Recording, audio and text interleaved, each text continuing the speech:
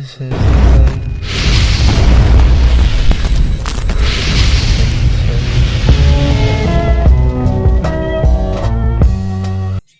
the Daredevil topic. Where do we start? Let's do the Daredevil topic first because this is a very interesting topic that I've seen. Series Daredevil, which had a cast of its own, and we're still continuing some of that story loosely.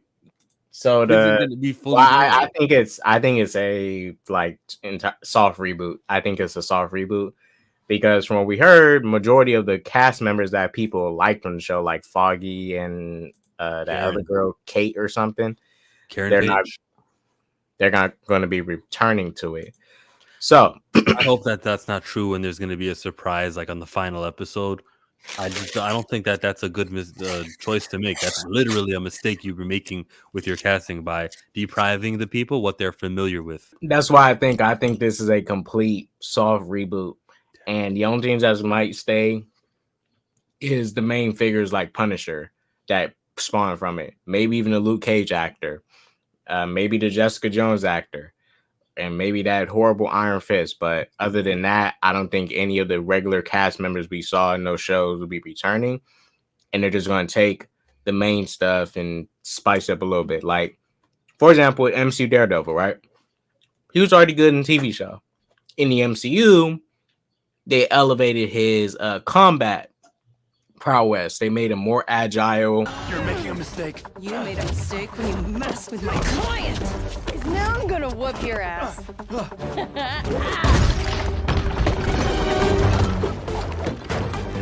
Then the Netflix show, we know the Netflix show had a budget. They really couldn't do all that stuff that they wanted to. I would say that's the only thing they probably elevated from the Netflix show is just his abilities. Other than that, I mean, it wasn't bad. No, it wasn't bad. Let's not talk about the script, the lines he just delivered, for the story, everything that happened in the MCU Disney Plus was whack. When for the show that was part of She-Hulk we know what it was, and so that I always kind of said whatever. That's just the She-Hulk people. When we watch Daredevil, we'll get Daredevil. But if the people involved are not the same people that are involved, why should I expect Daredevil from Netflix? Same type of quality.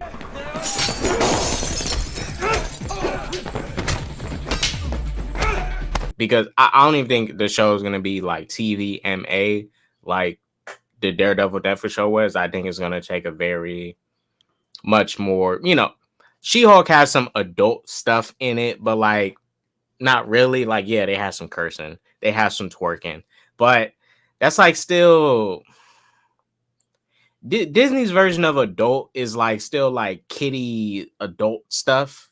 It's not sex themes. Yeah, but it's not like really like, for example, a bunch of the sex and stuff. It was very much implied type of sex and like teases of it. It wasn't having actual sex in the show like most shows would. It's not to say that that's bad. It's just that's just you're just teasing adult content at that point. You're not really doing adult. Is teasing adult content okay for kids though? Because my sensibilities are no. If you're on Disney and you're worried about being Disney, then fully go Disney. Don't even have that. You can have the kiss. I'm sure, two people who were really rooting for each other to get together and they kiss. I'm sure the kids can live with that. But when you have dates and we got the app that you keep swiping and you see her taking upstairs, like that's a lot. Even that implied is too much. Taking a girl upstairs is a bit much for me. And it's not TVMA enough for you. So like, who are you pleasing? Yeah, because it's it's just like Game of Thrones to me is a very adult show. That's an adult show. She-Hulk, it's like teetering. It's like teetering along that line between adult and kid friendly, but it's not really one or the other. It's trying to be both. It's literally to me just PG-13. So let's go through this article real quick and see what Chris Brewster has to say, because he kind of made some people mad on Twitter. Not sure if you've seen the comments. He pissed off a lot of people. Okay. The original Daredevil stuntman from the Netflix series has blasted the character's appearance in She-Hulk Attorney at Law. Coming from the dark, gritty, and violent Daredevil presented on Netflix, the MCU has changed up the character for his comeback under Marvel Studios so far. Charlie Cox's return in She-Hulk faced particular criticism as the character was presented in a more comedic light to match the tone of the show, sparking plenty of backlash from the fans of the acclaimed Netflix series. Now, I didn't think he was super goofy. I think, yes, he obviously was a little bit more comedic to fit the show because you're doing a comedy show. If you throw Batman into a comedy show with, let's say, Booster Gold, right? You can make it work. You don't need to make Batman super goofy, but you can make Batman crack some jokes, but still be his serious, brooding self and not be so goofy, right? It just depends on the character. I could see Batman saying something, explaining the mission to Booster Gold. Booster Gold could be like, "What?" And then Batman saying, "What, are you scared?" or something like that. I can see Batman making a joke, kind of light moment like that. It's have you seen the Ultimate Spider-Man TV show? Yeah, no, not that one. Okay, so it's a little bit more comedic. It has some, serious moments, but they're like rare. It's still a very comedic, self-aware, fourth wall breaking TV show, but it's very much comedic. Wolverine has an episode in it. We know Wolverine, he's dark, he has PTSD from all these wars and stuff, very mean, rude, tough guy. But he wasn't being Deadpool goofy. He was goofy in a way to where the way he reacted to things because of his personality was funny. He was gonna kill people with his smell. Yeah. And I hope you enjoy your stay in our fair city. But I don't think Daredevil was bad in the She-Hulk show. I think Daredevil was honestly the best part of the She-Hulk show. He had the best episode in that show. And I was excited for the show. Let me make this clear, everybody. I was, I'm not sure if you guys remember, but I was excited for this TV show. I was. And you liked it? I was. Did you like it? I didn't. No, I didn't. No, I didn't like I'm not asking sarcastically. I'm just asking. Hey, Chillmonger. I just was. Yeah, I was hoping for it to be. I didn't watch it. I was hoping for it to be good. I was hoping for it. It wasn't what I, hoped it would be, but at least it furthered one plot, and that's the plot of Hulk and what happened on planet Sakaar. That was at least bumped up forward.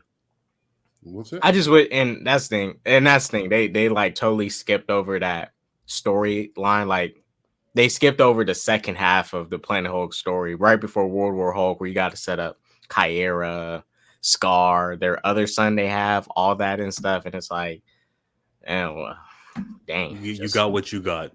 Yeah. I mean, I think that if you're talking about like these characters that are serious, that you can have them in like comedy kind of versions of these movies. I think that's perfectly possible. I think actually Andy Muschietti did it pretty well with Nerman, did you see the Daredevil episode of She-Hulk by any chance? No, I did not see that. I watched the clips of Daredevil in it because I was a huge Daredevil fan. And he didn't come across super goofy, but I just thought, wow, he's like, must be an alternate version of the character because he's doing some shit that he could not do in that Daredevil show. Like he was right, and doing crazy shit, which was cool to see actually. Yeah, it was cool to see, sure.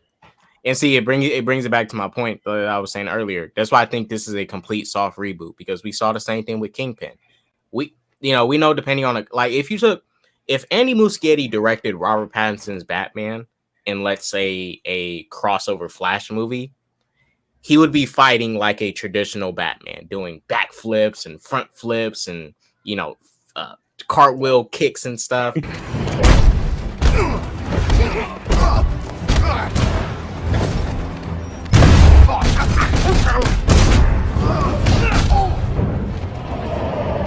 Yeah, he'd be doing all the crazy stuff. He did that, but like the good thing about what Andy Muschietti did is like he still kept the styles like of their fighting and what just their tone of character the same. Like just like you saw like the last move that what's his name, Michael Keaton's Batman does in that scene where like they're fighting in the Russian base or whatever. The last move he does is like the roundhouse kick. Like, and it was literally like the halfway roundhouse kick to the stomach that he did in the old Batman movie. So there were things I would have liked to see, like a little bit more copying the style of Burton's Batman. But all in all, I think he did pretty well in emulating the style, but just taking it to that next level with CGI, as opposed to just completely abandoning everything you knew about Keaton's Batman. Right. So but see, even then, I think like even if Andy Muschietti directed like a Christian Bale Batman, he wouldn't. If he were to depict him, he wouldn't depict him like the way Nolan depicted him, with the more grounded action that's not super fantastical. It's very much more realistic. Like he would give him Keaton and Affleck type of action. Yeah. Right. It's not said it's going to completely change a lot of things, but it does do a big change to the character when you do that. And I think for this, the way they're portraying Kingpin and Daredevil, it's screaming soft reboot, which isn't, they can do whatever they want. It's their stuff. But I think for me, for anyone who's a fan of the Netflix Daredevil show going into this MCU Daredevil show, it's not to say it's going to be bad, but it is not going to be the exact same show that you think you got before, right? It's, that's why I'm not going to set myself up. I know it's not going to be, because they already made drastic changes, but they made changes for them to fit into the MCU world, because in the MCU world, you have people like Falcon fighting super soldiers. So you can't really bring in Daredevil and not give him the traditional comic Daredevil type of abilities. You have to. You got to step it up. But the universe that he's in is huge. He's just not going to be interacting with the same old threats and the same old friends. Echo is going to be a series I hear he's going to be part of, and he'll show up there. There are at least the continuity is planned for him to appear in other places. Yeah, I think they're going to ruin it. What? You're just ruining it. Look at my lips. You're ruining it. Sorry. Well, did you hear that Echo was going to have a release that is the whole show, all 6 episodes, on one day? I didn't know that. No, it's such an extreme. I think if you want to be smart, daily release. I know you guys don't want to do the week drag it out. Fine, just every day for the whole week. That way we can all buzz about it, and you can generate stuff for like 6 straight days. It's more positive than the conversation people are going to be having of, did you see it yet? No, I'm only on episode 2. Okay, no spoilers. Like that's what happens with binge style TV shows. Have a daily release, make an event, make communities like Minds, collaborate. Is anybody watching this Secret Wars then? Like, not like, I'm waiting. I'm sure you are, but like, I'm waiting until all the episodes come out. It's not getting really big viewership, is it? Yeah, you even said the name wrong. It's Secret Invasion. Oh. Well, it's not. I don't think everybody's doing. I don't think everybody's doing what I'm doing, and what I'm doing is not because I think the show's bad. It's just that I'm worried because waiting week to week for some of these Disney Plus shows in general have not been the buildup of a traditional TV show that I like. Like, for example, Superman Lois. Not trying to make it a DC versus Marvel thing, but this is the best example because it's another superhero show. Season 3 just ended. The week-to-week build-up from each episode, and then that finale, and then that cutoff with the Superman versus Bizarro for the season 3.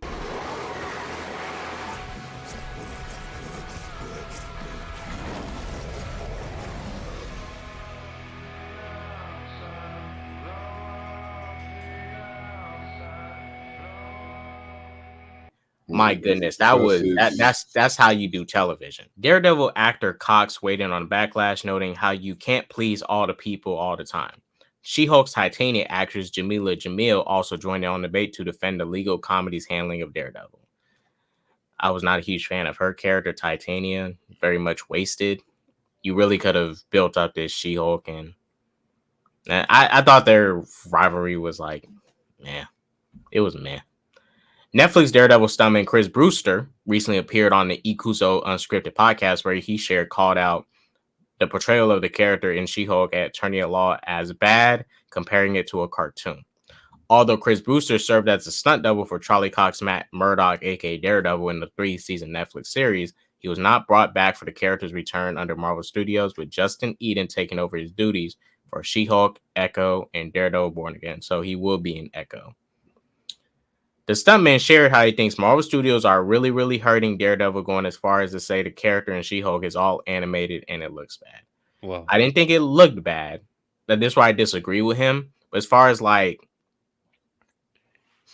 Animated doesn't mean visually animation. He could be talking about the characteristics. right, the way he acts and stuff, the way he, moves, and like when Daredevil left She-Hulk's house and he was just doing the last the walk of shame. The walk of shame. Right. I'm not against I'm not against Daredevil having sex and stuff with She-Hulk. That's fine.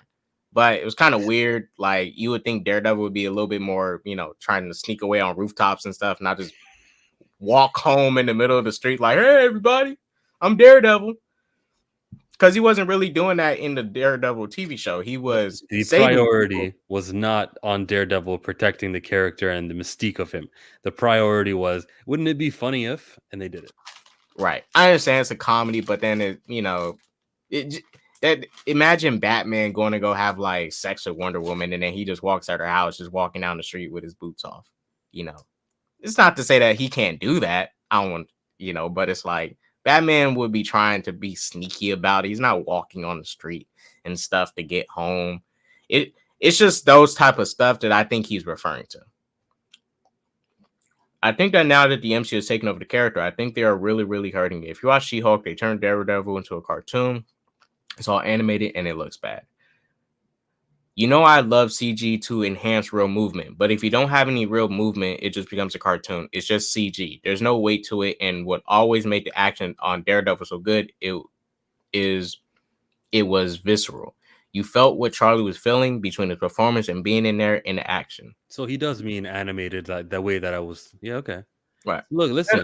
I think that he's entitled to his opinion, and we'll see what the budget dictates for Daredevil. Since it's 18 episodes, they'll shrink a lot of that budget. They'll spread it thin, and so you will get more. See, Daredevil doesn't require a huge budget.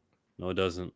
Yeah, so you can get away with if they're gonna fill, because even Superman and Lois, right? That show requires, in my opinion, a bigger budget, but the budget isn't bad. But they pad it with a lot of the drama related stuff between the characters, then more dialogue than it is the action aspect, because you want to save it for when you want Superman to go out there and fight villains and stuff and not really waste it. So they pad it out with dialogue, good dialogue. Good dialogue, yeah. So yeah, not just any dialogue, but good dialogue. It has a good dialogue. So I think the Daredevil, hopefully you get good writers to really keep you in for these 18 episodes, because that's a lot of episodes. That there's usually shows, cable shows had more, but for a Disney Plus TV show, an MCU show, that is a lot. 18 episodes. I co-sign that. That's right. Who are these writers going to be? I don't know. Lately, it's been unknowns, and guys will give them a chance. Plus, what will they be adapting? Is the comic story actually going to be good? Because there's a lot of crappy Daredevil. He's got like 500, 600 comic books that they could go the wrong routes. Well, after I get past this quote, and I think it's the last one. Yeah, we won't read this one because this one's more like, hypotheticals. But he continued to explain how when it came to Netflix Daredevil, anything that you saw, we really did. And that energy can be matched with digital effects, calling She-Hulk's Man Without Fear a massive step down. Damn. And I feel him on that. Like, you're actually doing these stunts because the budget dictated. Yes, it was some visual effects, but not to the extent of what the She-Hulk show did. Right? It was it was widely different. That was majority of what he was doing was CGI. It looked good, but all that was not really wire work and stuff like that. I wonder how old his stunt actor is. Maybe just the new guy's younger. Possibly. And anything that you saw really did, we had to put somebody on a wire. We needed something to enhance the movement, but it wasn't a cartoon. It was live action. and you will never match the energy that live action has. So I think that She-Hulk was a massive step down as far as movement goes and the action. Okay. I can feel him on that. Because the action didn't feel as impactful. It looked cool, but that impact was not the same as how you would see in the Netflix show, especially the hallway fight. When it was gonna pick up, though, there was a hallway fight, and the villains came in, and we were ready for some more. But She-Hulk crashed from the ceiling, and She-Hulk smash. Yeah, so we could have gotten a little something, but they took it away. But I think that's a tease for the Daredevil TV show, Born Again. Love Jessica Gao and company's reintroduction of Daredevil into the MCU on She-Hulk. Huge congrats. Thanks for taking such a fantastic care of the character. Okay, right. So he still gave them props. Yeah, his main issue is just how the action is handled and the stunts and stuff. He's talking from the perspective of a stunt of a person part of the stunt crew, right? And it makes sense. In his perspective does make sense because he is doing. I thought that was funny. I thought you were gonna laugh. I said a person of stunts, a coordinator of stunts. We can't. Like, when people say people of color, person of color. We don't laugh at MCU jokes here. You're lame.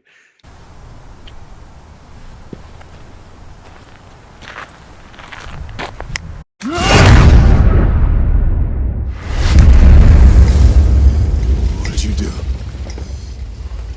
What did you do?